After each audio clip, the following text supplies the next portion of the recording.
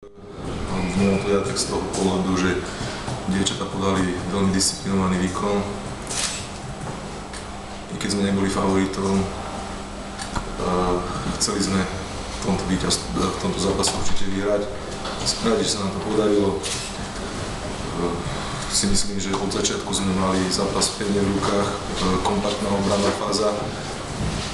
Dobre sme riešili obranné situácie, vedeli sme, z akých prípravných kombinácií super bude vychádzať.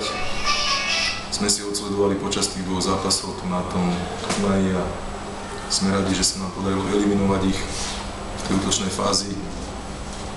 A za takou kompaktnou obranou chytala aj veľmi dobre Lenka Černá.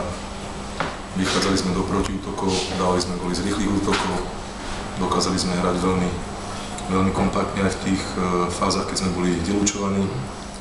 Dokonca sme, myslím, posledne aj vyhrávali, najmä v tom druhom polčase a skutočne môžem dievčatá pochváliť.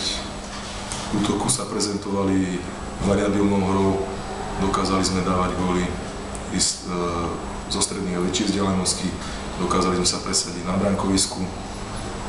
Myslím si, že to víťazstvo je plne spravodlivé a je to pre nás obrovská česť postupovať v tejto ťažkej náročnej súťaži.